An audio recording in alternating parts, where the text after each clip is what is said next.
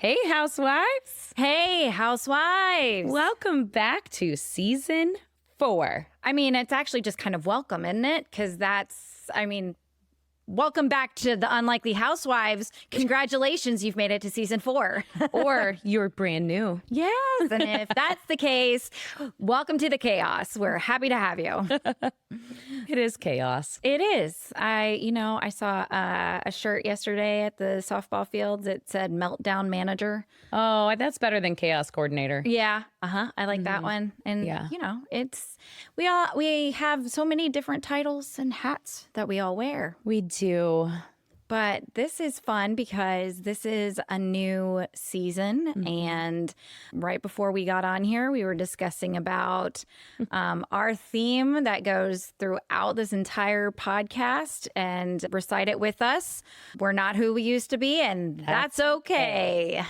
We are in a constant transition and phase. Let's use transformation. That transition is not a good word in the culture today. It's not. I was at a meeting and somebody said, "Okay, so my girlfriend's in this transition," and he paused, and I was like, "Finish that sentence. Like we need to know the context of what transit." And he goes, job transition. We really do have to just make sure that, all things are explained in context. Yes. Well, and words have been very much manipulated. Yes. Given new definitions. So back to our change. Yes. We're here.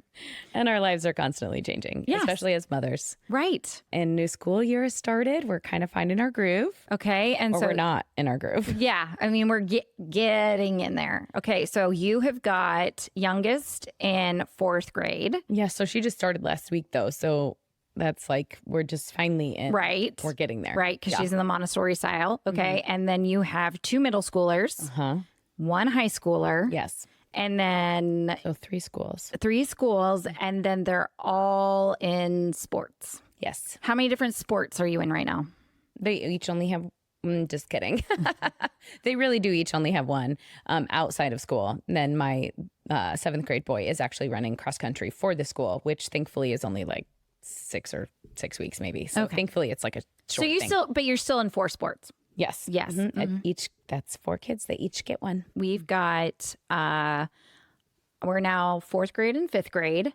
And we swore by the 1 sport rule. But here but you fell victim. Yes, exactly. Sucker. So they both play volleyball on the same team. Thank goodness. God bless you, Coach Yeah, B. that is a blessing of you having those girls so close in age. Oh my gosh, I cannot imagine. Like we're already dreading like when they split. Yeah, like elementary, middle school, and we're like, okay, can I don't know what it's going to look like. But yeah, so there's a same volleyball team, so that's 1 less game a week and 1 less practice a week. But then we've also got softball, which Andrew is one of the head coaches for, and then we have got flag football for E, which is a new one. Yeah. So yeah, that's 4 sports for you. Yeah, 3 sports. But volleyball, softball, flag football. Yeah. Wait, so you did drop gymnastics? Oh, that was the high. Okay. For all of you that have been following the gymnastics saga, yes, we finally got out of gymnastics. Andrew and I were elated. I mean, this is a sport. We loved watching E do gymnastics. And if she loved it and wanted to go, fantastic, all about it. But I mean, it was so time consuming with the 3-hour practices 2 to 3 times a week. Yeah. And then a 4-hour competition. So much. Much. Those gymnasts and those dancers. For the 2 minutes. 2 minutes. That's what you're there for 4 hours. You get 2 minutes. Swim meet moms. God bless you too. Right? I have no idea how you do it. Like that's another one that I'm like, let's hold on. But yeah, I mean, Andrew at one point did offer Emsley, this is how much he wanted her out of it, $1,000 to quit gymnastics. Nope, I'm not going to say that sentence. Okay, that's fine. No, I was going to say, what could I do for Andrew to offer me $1,000? Nope. That's okay. Inappropriate, Tracy. But that is I'm glad you said it, so I didn't. But yes, I'll give you a list of things. What to do or not to do. Yeah. Mm-hmm. So thankfully she forgot that offer was on the table. When so maybe here I we should are. remind her. Yeah, no, let's not. I'll split the money with you. But yeah, it is a crazy season here at the end of 2024. Man, I know. it's already just, wow. Yeah, it's hard. I think you wake up one day and you send your kids to school and you think, oh, okay, things are going to slow down. At least moms do that are, they're like, okay, routine is good. And then all of a sudden it's just so much more when you have to do school lunches and meals on the table and the, practices after school. And where does the homework fit in? Oh, yeah. Yeah, because that's Projects. a priority. And I mean, I just got a message too. The emails, that's another thing. Oh, and I will talk about emails and how my life is so much better with emails in just a little bit. Yes, let's talk about that. But all the emails from all the teachers and all the kids in schools and everything, I got one and was like, you need to buy this type of clay, or you need to buy the ingredients for this molding clay. You have to make the clay, and then the project has to be made out of this clay. And I was like, okay, this is for middle school. I'm like, that's not what I want to be doing on the weekends. No. And I'm all for, one, hands-on learning. Amen. Me too. All for that. Two, I'm also for homework and doing things outside of school. Like, I think that is good. I think the repetition is good. But I don't need to do a diorama and a book report for every single quarter or every 6 weeks. So glad we're over the book report phase of life. Gosh, So thankful. But yeah. Yay, book reports. Although I am excited because E's teacher said that there are creative ways for each book report. And he has given the option that if your child is if your kid opts out of the, not a creative kid, they can do a 1-page summary of the book. And I'm like, I'm in. A book report should be. Right. Well, but I'm excited about this because I have a feeling, just because I know my child, there might be some procrastination, till the night before at 11. I'm like, great. You know what? Good news. You can write a 1-page summary and still turn it in. And I think that's going to be a lesson we learn. So you're all about those lessons. I am. Let's learn now while the fall is a lot shorter to the ground. That is true. And yep, mom and dad that's the fun job of parenting, is letting your kids fail. Yes. Mm-hmm. We're in that phase big time, relationally failing in friendships and things. Yeah, and having to learn. I heard the other day, and I think it was on K-Love, because that's always on in my car, that in order to have good friends, you need to be a good friend. And I really loved that. That's good. I was like, yeah, I mean, it is a two-way street, friendship. I mean, granted, there's some that are, more than others, but I absolutely loved that. I thought that's a good conversation starter with kids around all these friendship I also issues. think now a good conversation, especially as we're getting into the middle school age, is that not every friend has to be a best friend. Oh, yeah. Right? Mm-hmm. And as an adult, I have different relationships with different friends. Yeah. You're the person that I call or voice message for when XYZ happens. My best friend, Jess, for 30 plus years. I mean, her and I cannot talk for absolute months and then pick up the phone and talk for 2 hours, and it's like we never left. Mm-hmm. So, I mean, and then there's the friends where I message and say, hey, you alive? Yeah. Cool. All right. Just Me checking. Yeah. Just checking on you, making sure you're still floating. All right. If you need me, I'm here. And I think that's a lesson that kids need to learn at an earlier age because, I mean, who needs 17 bridesmaids? Well, I think that, in talking about friends, I think it's important because mamas, as our lives change and as our kids change, our friendships change. And I used to be so just upset when a friendship would quote unquote end. And we know that most of them don't just end, like something happens in the end. It's like just distance happens in parts and then, time. And I think so many of those happened after the pandemic. And then you're like, wait, where did that person go? Did I do something wrong? And in all actuality, nope, you probably didn't. They probably just started living their life a little bit differently, as did you, and your paths didn't cross anymore. Right. People come into your lives all the time. And I don't know if that's like my new realization this summer with having gone off social media. And we'll talk about that in just a minute. But it really is this whole having friends really becomes, okay, what's the purpose? Obviously, there's a lot of purposes for friendships and community and fellowship. But are they serving you? And is this friendship serving them and serving you? Like, that's really, I think, what it has come down to, and I think I've been through a lot in friendships of good and bad in the last few years, especially the last 5 years, I was going to say, you yourself have. I think you've really grown in friendships, but also in the last 5 years, you've been able to walk through it with your kids. Yeah. Like, you've had a lot of changes in friendships, but I think that also too, like you've been able to help your kids navigate some of the things and changes, and I think that's definitely something you've. It's been really cool. I've actually used my recent friendship issues and things that I've walked through with the kids and what they're going through right now. Like it's very parallel, like.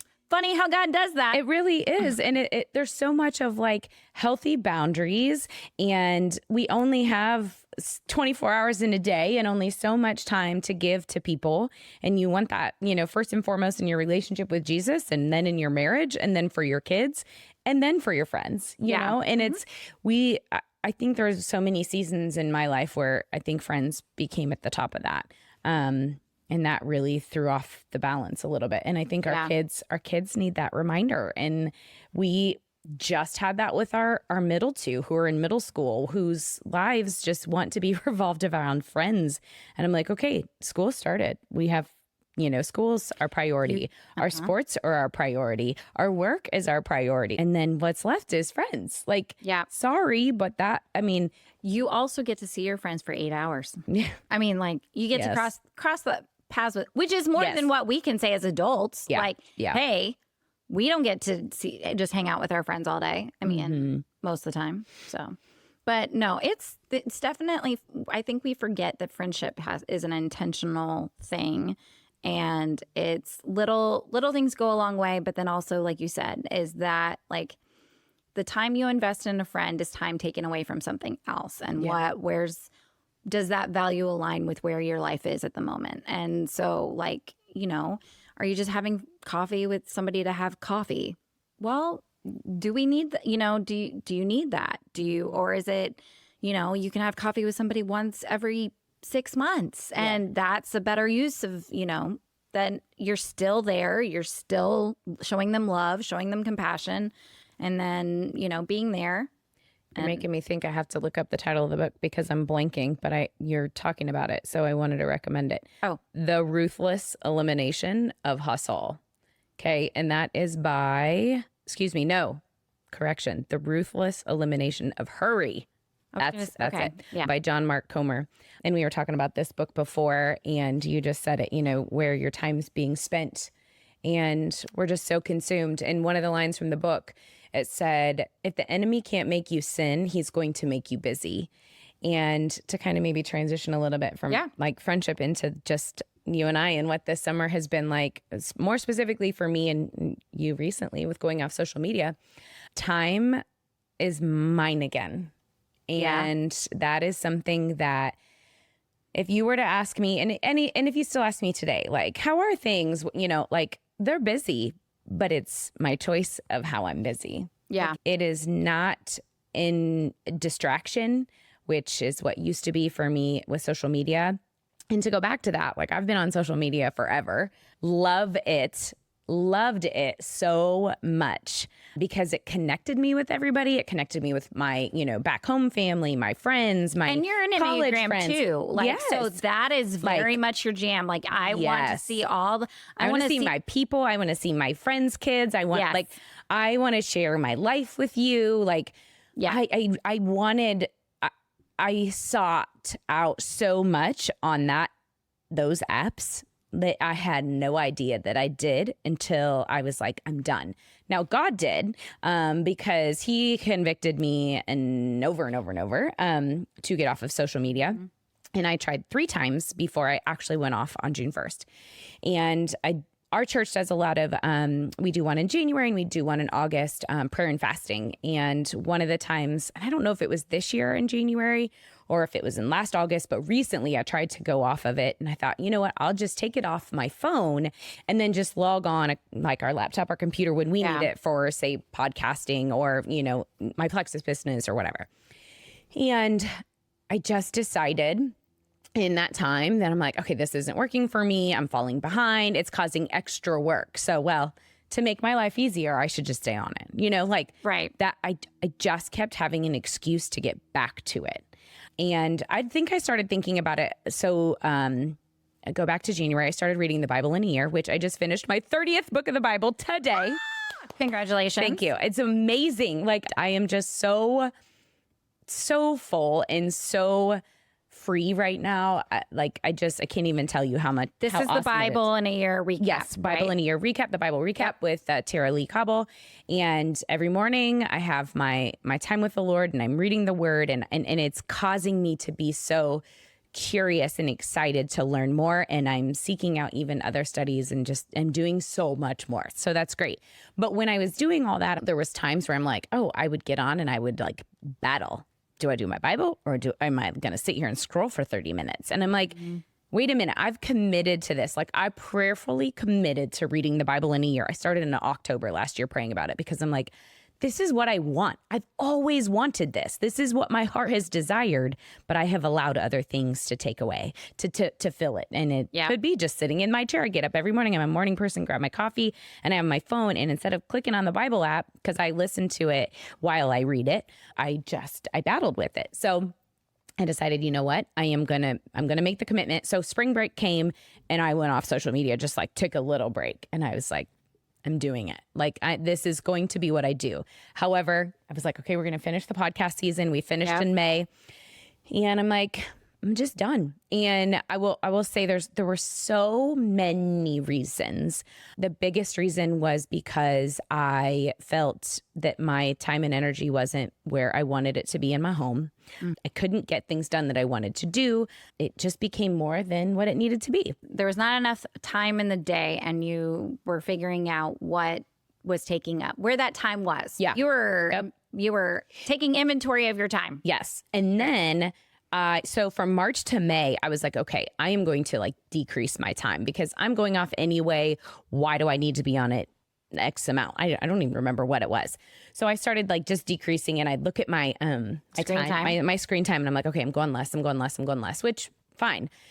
But the feeling that I was having was still, and I don't want to say comparison because I wasn't like that. I wasn't comparing what someone else was doing or someone else was involved in, but I love information and I love learning.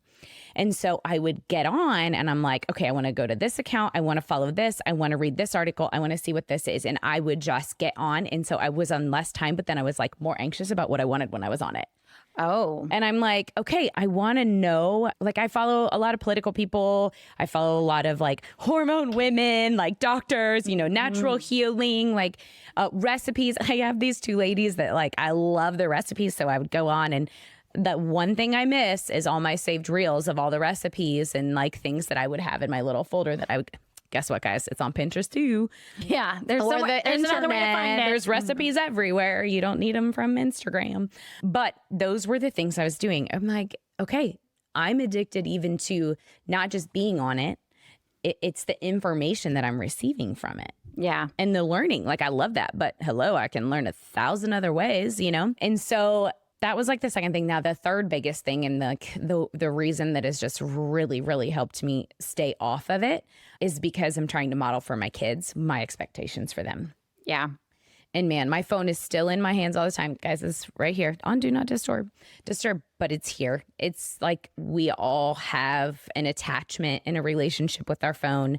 and the majority of them are very unhealthy. It is something that we all have to figure out what our healthy balance is. And it took me 2 weeks to not open up my phone and go, like, literally go to the corner in the folder of where all my apps were, just that like box. Yeah. Took me a long time. It subconsciously, I'm like, I don't even want it. I'm not even thinking about it, but like scroll, tap, like what the heck? Like when you're waiting somewhere and then you're just like, I'm going to look at my phone. Yeah. Like how many pickups, that number always is terrifying. That's a lot too. Yeah. And so slowly but surely I stepped away. And then I'm like, all right, now if you're going to step away from something that takes time, you have to fill it with something healthy. Otherwise, you go from one addiction of scrolling to another. And so I'm like, okay, my first priority, like just in my own, I'm like, I want to clear out these emails. I want to organize my, my pantry, I literally just started making all these things, and that became my summer. And so literally I had 14,000 emails, I think. Unread? Unread. Okay. Mm-hmm. And we had about 300 in our unlikely account. So I started with mine, and I went through it few at a time, 20 at a time, then I had 200 at a time whenever I was sitting there. And I deleted what I knew I didn't need, granted, like easy ones. And then I'm like, okay, I'm going to come back to that. And then I was like, is this something that I want or not? And I unsubscribed. Yeah. I did all that. And then I just created like a flagged folder of what was important with the kids, like, and what I needed to save or travel plans or whatever. And now every single day I have 15 emails, and I check them and they're gone, and I'm not overwhelmed. I read every email from school again, maybe not on time, maybe I missed something. Not perfect. Right. Progression over perfection. Okay. Yes. But that has really changed. Like, that has been the biggest thing for me. And I did it through our unlikely emails too. And now we don't have that. And I'm very thankful. Yeah, I know. So, I mean, it's just, it has been such a blessing. My summer was going to be off. And a lot of people asked me, am I going back? And I was like, no, I have zero desire to. My pastor had an incredible series that he did over the summer. And I go to Radiant Church if anybody wants to go find this series. And it was about media fasting. It was absolutely incredible. And one of the things that he said was, what's your, just finding out what your purpose is. There's some people who work on there. There's some people whose influencers on there. Absolutely. Like, there's some that cannot walk away, and totally get that. And so that's where, is it a healthy relationship or unhealthy relationship? But afterwards I went up and talked to him, and I said, you want to know one of the coolest things? Like, he'd brought it up, and I just wanted to solidify that his message was yes, so good, was that one, we as parents need to model what our expectations for our kids. It's like parents who say, I'm not giving my kids a phone until they're in high school, and then they're on their phone 24/7. The minute they get their phone, they can have expectations of being on their phone 24/7. Like, it's just modeling behavior. But the other thing is I was like, I have way less photos and videos because I'm living in the moment more, and I don't need them to post them. Now, I still take pictures and videos of my kids and moments and things, but I so less have my phone in my hand for a game or a whatever. I'm going to try to catch a goal here and there or an up to bat, but it's not every time. And it's just different. I'm so much freer. I can't even tell you. I love that. And that's something that I have noticed since. So I got off of social media, the last week of August, I think. And I got off because, if you follow me or not, I'm not shy by any means on my viewpoint and encouraging others to speak boldly and unapologetically towards biblical and biblical worldviews. And so I use the platform for that. And I have a lot of people that would follow me and would specifically, because my routine was to take my pups to the dog park and then walk and hold and do a story and share, what God had put on my heart that day. And I was nudged lovingly by a couple of business partners that we have in our print shop, and they just said, you've got to be careful because a lot of our current customers, because when we bought the print shop, it was pre-existing. We didn't start from scratch. We took on a business. And a lot of our are not necessarily agree with us worldview. And so I made the decision that, yes, like I did use social media for the podcast. I use social media for our Plexus business. I would use it for the print shop even too. But yes, I definitely used it. I used it to connect and get into people's, make connections and meet people, or, I mean, like you said, following activists or causes that matter to me that I want to stay on top of and know and watch. And God put it on my heart, like, you got to deactivate it. And so I didn't just remove it from my phone and the apps and stuff like that, but I deactivated it. So you can't actually see like my 2 previous accounts that were on there. And the reason that God convicted me to not just get off, but to deactivate and not be on at all is because I couldn't be a hypocrite. I couldn't all of a sudden stop posting and sharing and encouraging others to be bold and speak out and not be doing it myself.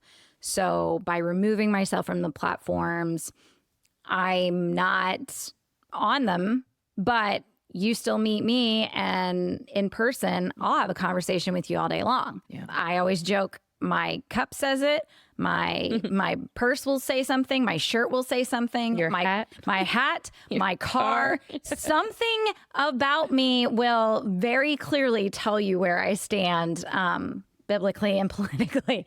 And so, but I have those conversations in person. And I'm not afraid to have those conversations in person. I encourage people to have those conversations. So that is why I stepped away. But back to the photo thing is that we went on vacation for a week, and that was something else that I noticed. Like, I wasn't taking 1,000 photos. I was more, I didn't take videos of just needless things or B-roll or this will be good to post, or I can put a song to this and stuff like that. Like, it was just, my phone was, and I look back and I'm like, wow, I actually only had 1 selfie. Like, that's something else that's like, you don't realize that was what you spent your time on. I think for us, that has definitely been a good thing. And just to keep you guys updated, Unlikely Housewives is still on social media. We may or may not have someone running our account. We don't know. Right. We're figuring that out. On that. We're figuring that out as we go. However, we realize that is not what makes us, right? Right. Yes. It's the sharing. It's you guys, when you guys text a friend and say, hey, you need to listen to this episode. Yes. I mean, whether we're on social media or not, doesn't matter. God's going to use this however he wants to. Yep. And he will do that when it hits you and says, hey, share this with so-and-so, or someone needs to hear this, or somebody just happens to cross upon it. But so you still will see us there. Yeah. You can also go to our website. We're going to work on having an email list. So for things that come up or announcements, celebrations, anniversaries. Because we have learned now, not being on social media, I signed up for certain things that I wanted to make sure I didn't miss for deadlines or a registration for something or whatever. I had to, go back and subscribe to some of those emails that I had unsubscribed. Right. And you realize you're like, wait, I'm not getting that. Why am I not? Or email is still going to exist for me. Yes. Right. And I think that's too. Or the text message thing. I think that's I have done a few of those too. Yeah. But I think that this is a great starting point for what this season is for us and for you, our listeners. I mean, you're not who you used to be, and that's okay. Yeah. You're not who you used to be yesterday. You're not who you used to be in May. And maybe you haven't had a major shift between now and the last time. Maybe it's a minor thing. Maybe you've started a new habit. Maybe you've started a new healthy choice. Maybe you've started a new business. Maybe it's just something minor, but it's going to grow you. It's going to stretch you, and God is going to use it in unbelievable ways that you've never saw coming. Yeah. And you just have to let him do it. Like when you just say, okay, God, here I am, use me. And it sounds so counterproductive for both of us to be off of social media. It's so weird. It's like, no, like you want to be an influencer. You want to have, what is your followers and da-da-da-da-da. And both of us are like, nope. God's not going to use that the way for us. So we'll just figure it out. Yep. So, and we kind of want to give you just a quick glimpse here before we sign off for today of the season, though, because we're kicking off, launching, obviously, our season 4, and this is going to run all the way through May. Again, that's our plan, but who knows? Yes, we do leave that open. We leave it open. We plan on this season being 35 episodes. Yep. So we, throughout the school year, to keep you guys going during those carpool pickups and drop-offs. And we have, many similar episodes that we've had before talking about, parenting, and we got a special episode with a parent who has an adventurous child who's climbed El Capitan at the age of 8. Yeah. Sit on that, would you? Yeah. That's so courageous and amazing. We're going to have therapists on here talking about anxiety and ADHD. And we're going to continue talking about motherhood, marriage. Yes. Those conversations are constant in here. We have a guest. We have an author coming on that's going to talk about what a family-friendly job looks like and what God has designed for that. Yeah, which I'm really excited about. And then, and just topics that have meant something to you guys. We got a couple of suggestions for a counselor that specifically deals with narcissism. Oh, yeah. And an invert narcissist and versus a covert narcissist. Like, so that's something that we're, so if you have suggestions of people that you would love to hear from, ask us. Send us an email, or if you've send us a text, whatever, or write it in the sky. We'll see it, of who you want, or what information you guys want more info on. And because this is for you, and this is for God's glory, and to help other people feel like you're not alone and navigate their change. Yes. Yes. Because it's always going to happen. Yeah. Always. Yes. You got to embrace it. Right.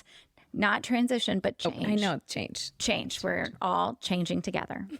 That does sound weird, though. But, we're all in this together.